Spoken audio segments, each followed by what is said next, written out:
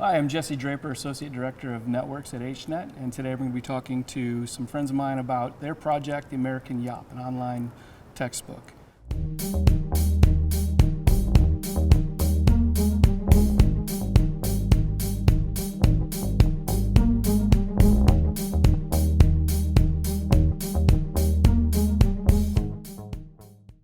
Would you guys mind introducing yourselves?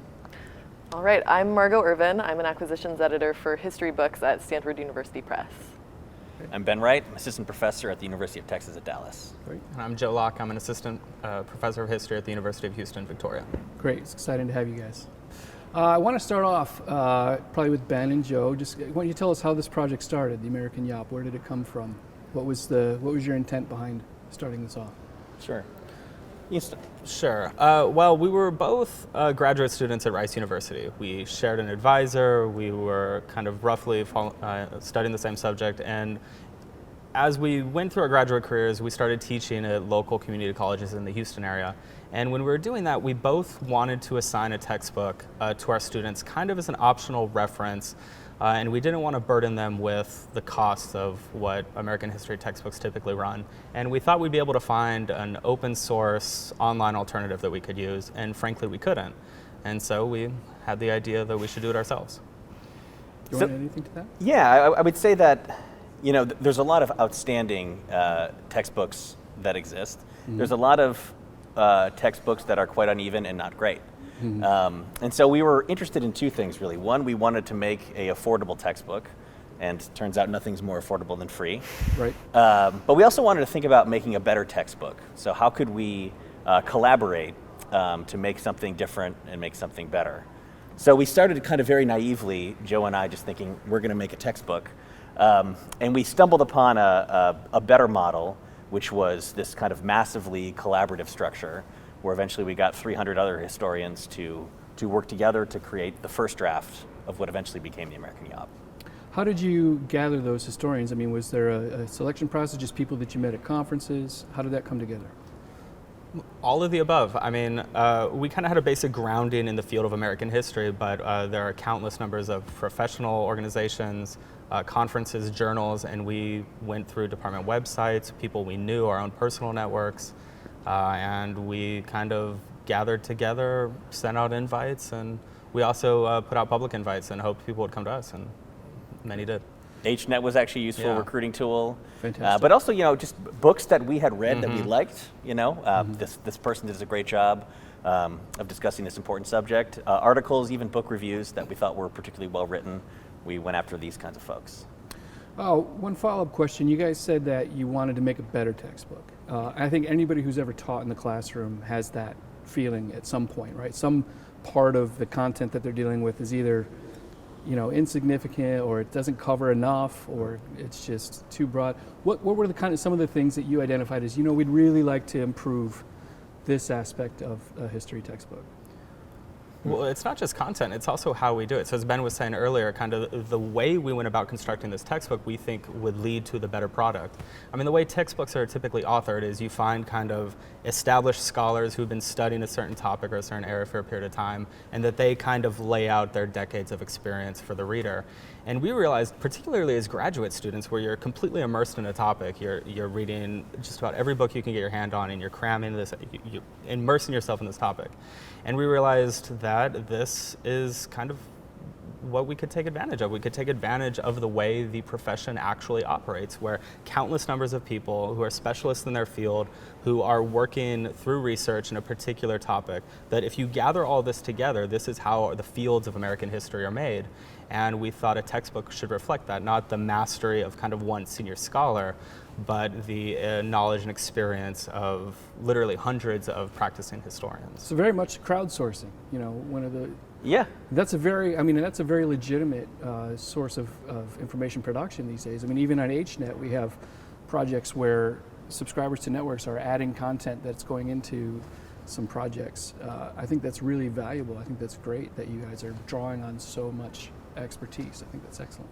The one thing I would say about the crowdsourcing is we Yeah. did want to be collaborative, but we also wanted to maintain quality. Sure, right. So yeah, I mean, the academic only best practices for sure.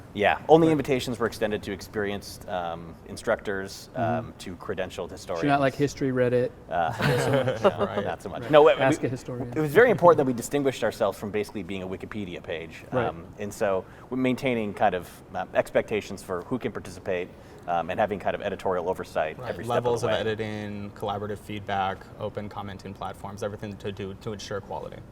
Margo, how did you guys get involved at Stanford? So actually, I met Ben before I was at Stanford, and at that point in time, I was actually working for a commercial textbook publisher.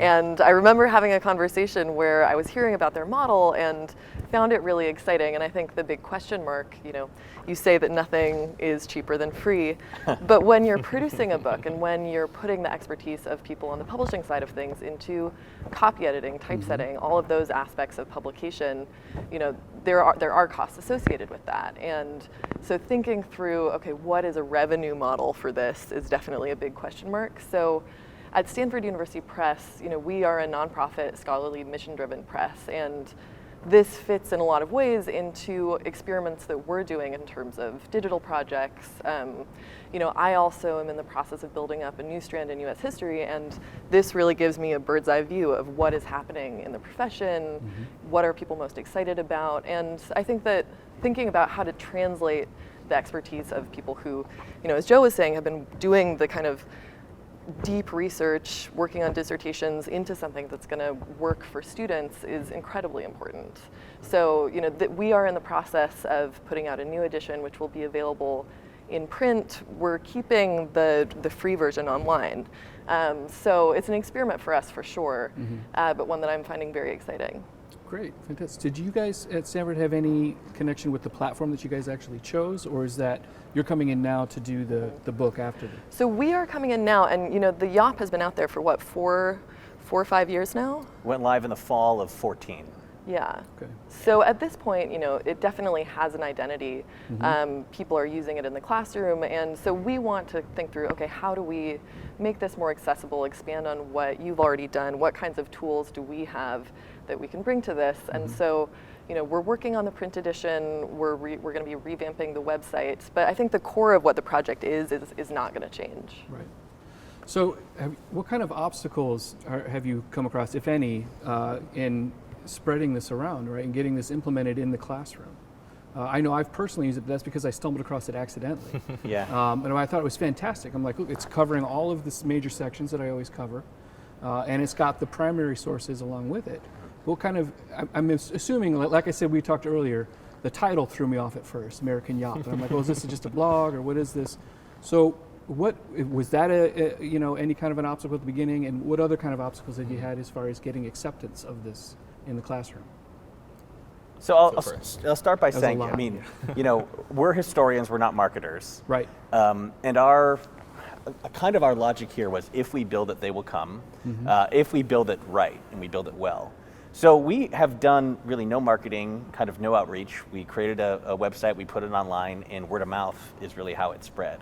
And it spread quite a bit. What are the numbers? I mean, hundreds of thousands of unique users each semester, millions of page views each semester. I mean, it's blown us away, the amount of use it's gotten. So the answer is, I guess, we kind of don't know. We're not out there trying to push it on people, and we don't hear the kind of the folks that decide not to use it. Okay. But we're hoping that the partnership with Stanford University Press would assuage some concerns about quality.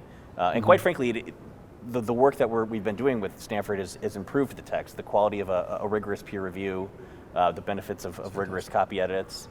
So I guess our eye has always just been on quality. And yeah, I mean, the from advantages have always been very clear, right? It's a free, online, accessible text. I think what may have held some back, if they were being held back, is that it didn't have the university press seal of approval. It didn't have a blind peer review.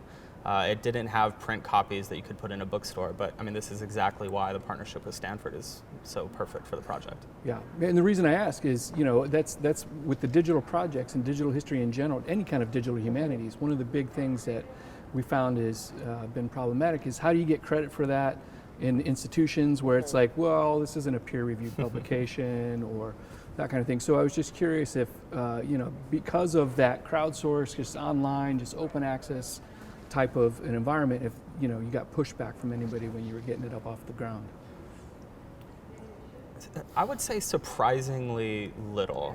The amount of enthusiasm for the project, the amount of yeses we received was much higher than certainly I ever anticipated. We were blown away. Yeah, absolutely. Yeah. Well, that's certainly heartening, because I think history is always seen as kind of a very conservative discipline, always hesitant to kind of move forward into the 21st century, accepting digital publications, projects, that kind of a thing. So it's excellent.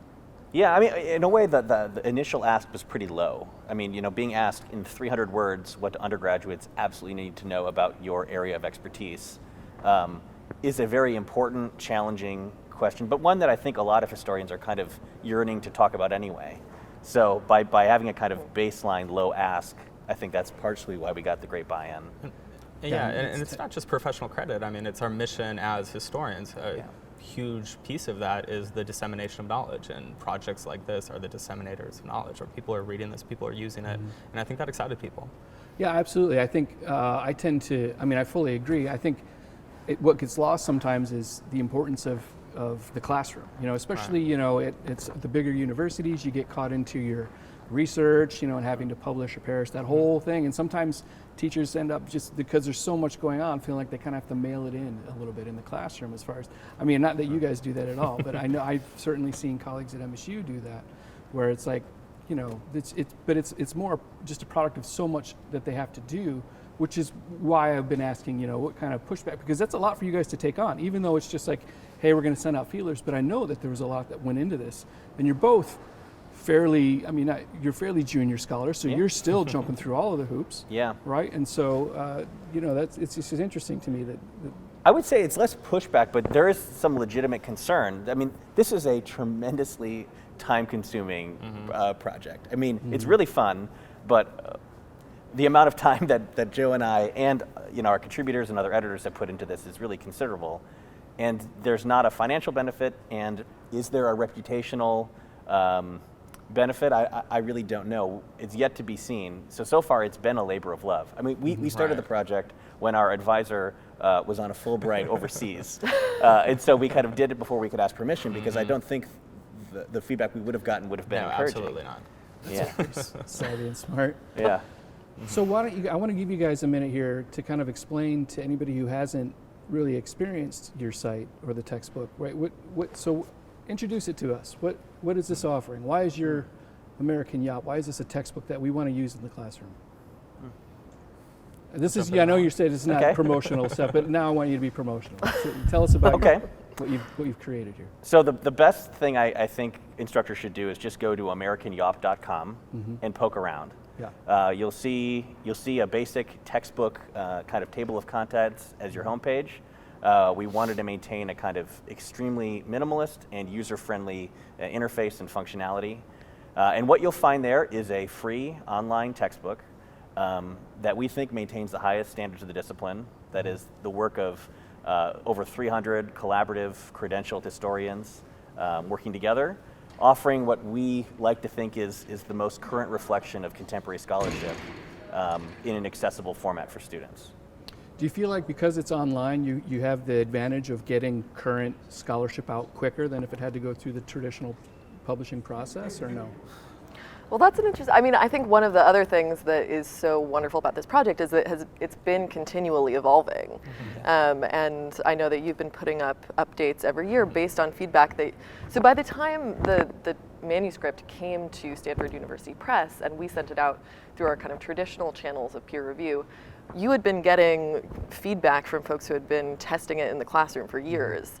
And so it was an interesting project to kind of hold up side by side the kinds of comments that you'd been getting from instructors through the channels that you had set up versus the kinds of comments that we were getting through the peer review process. And we got a really positive response to it, and I think that's in large part due to the fact that it had already kind of been through the ringer several times around. Yeah. Obviously traditional publishing moves slower than just being able to put something up on a website. And so I think there is some kind of push and pull in terms of not only, what is the process through which we make the kind of product that is the quality that we expect, but also, how can we perhaps become more nimble in that?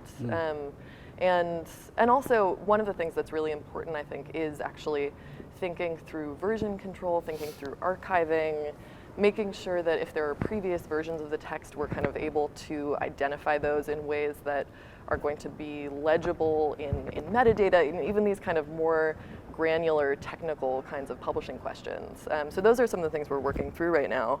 And I'm learning a lot from what you guys have done, and we are also bringing some of our kind of publishing rules to bear on what we're doing. Well, that's good though. That's kind of that academic best practices kind of being applied in there, but meeting the exciting possibilities with new technologies and crowdsourcing and all of that. That's fantastic. Yeah. There's a great collection of primary documents that are a part of this textbook as well. How did you guys decide? What's the process for citing? These are the documents that we want to use to kind of, highlight this period or this topic in history. How did the selection process work out for that? Yeah. It was collaborative again. Mm-hmm. Yeah. I mean, our first step was, we didn't originally have the primary sources in our first edition. That came later. And we went back to our contributor base, to our chapter editors, and solicited feedback from the specialists, and kind of went from there. Yeah, we're also limited where we wanted this all to be open access, and so we made sure it was public domain, it was available, copyright free, for a way Which becomes tricky after 1923. Exactly, Yeah, so extremely how do you difficult. approach that? How do you approach that divide of the old, where now you've got to worry about copyright and those kind of things? Well, it's difficult, and there are creative ways you can try to get around it. But yeah, I mean, there are frankly sources you are not going to have in the 20th century that you would prefer to have. So you're often left relying on government publications, which are public domain, and you're missing some of the kind of cultural production of the 20th century. But the benefit is that it's open, it's usable, editable, modifiable to your benefit. Fantastic. Yeah, this is a Joe problem. This is where it's great to be an early Americanist. So how do you guys, how do you split your responsibilities? I think that it's less splitting, it's more of deferring. Yeah. I'll defer to Joe on the areas of his expertise, and Okay. I insist that he pretends to defer to me on mine. Yeah, you'll definitely take the key role in the first half. I'll take the key role in the second half. We try to review each other's material, but yeah, I mean, we try to cover each other's base. I mean, this is a collaborative at every level, including at the editing level. Yeah. Excellent. Yeah, I think this is a really exciting project. Like I said, I've used it myself. I think it's great that we're giving students an option to have a low-cost, quality, textbook that meets academic best practices. Is there anything else that you guys want to add before we sign off? There's one thing I think that about thinking about cost, and thinking about accessibility. I mean, there's a tendency to assume that just because you put something on the internet, it's free. Right. But there is a kind of technological requirement to Absolutely. access the internet. Yep. So it's always been very important to us that the text was fully functional on cell phones. I think of the work of Dan Cohen thinking about digital access, and his findings and the findings of others that low-income folks are accessing the internet on phones. Well, yeah, and then Stanford's you're going to put out a print copy, and that sounds like it's going to be affordably priced as well. Right, so we're putting it out in 2 volumes, and each of them will be priced around $25. So, obviously this is not going to be a moneymaker for us. Sure, textbooks, yeah. Especially because it's also really important to us to maintain the free version online. Yeah. And so I think having that option available is really important. And also, as I was saying, in terms of kind of archivability, it's something that I think having that sort of print version of record will be valuable in the long run. But yeah, that said, I think this is more about contributing to this mission. And in terms of the print edition, we are also putting this through our standard publishing practices in terms of copy editing, typesetting. We want it to be a beautiful object, and it's exciting to work on something that has this kind of potential reach. Yeah, absolutely. Great. Well, thank you so much, all of you. I'm really excited about this project. I'm glad that we had an opportunity to share that with our subscribers at HNet. Anything else that you guys would like to throw in as far as what's exciting you about the project or down the road or anything along those lines? I think maybe it's most exciting that we don't know what's next. That's great. But something is. Exciting or terrifying? Stay tuned. Yes. Yeah, I mean, I think it's a great moment in the profession, right? I mean, it's kind of what you guys were hinting at. The ideas of like access, quality, cost, these aren't mutually exclusive anymore. And I think there's enough of a base within the profession that these kind of ideas aren't new and scary anymore. I think we're starting to accept that this can be the reality and that this can lead to better products, that this can improve. It's not just an alternative that's cheaper and easier, it's actually superior products, and that this all goes together. And yeah, I think that's really important, right? It's not just a free thing that's on the Right. web. This is actually a great piece of historical scholarship. So. Yeah, but I mean, I would also add, I think it's important to recognize the labor that goes into making these things. And so I think that's also part of, thinking through what does it mean for the people who have contributed to this to be recognized for their work. And yes, it's not, free is not really free. No, it's right. Yeah. Do you get, I know I almost wrapped up there, but building off of that, do you get credit in terms of, with your departments? Like this is, We'll find this out. is an outreach or a publication or maybe both? I'll let you know when I go through my 10-year review. Okay. Yeah, Okay. I'll repeat that. Well, Margo, Ben, Joe, thanks very much. I really appreciate you guys. Very excited about this project. Yeah, thank Well, you, thanks, Jesse. we appreciate Jesse. it. Thanks.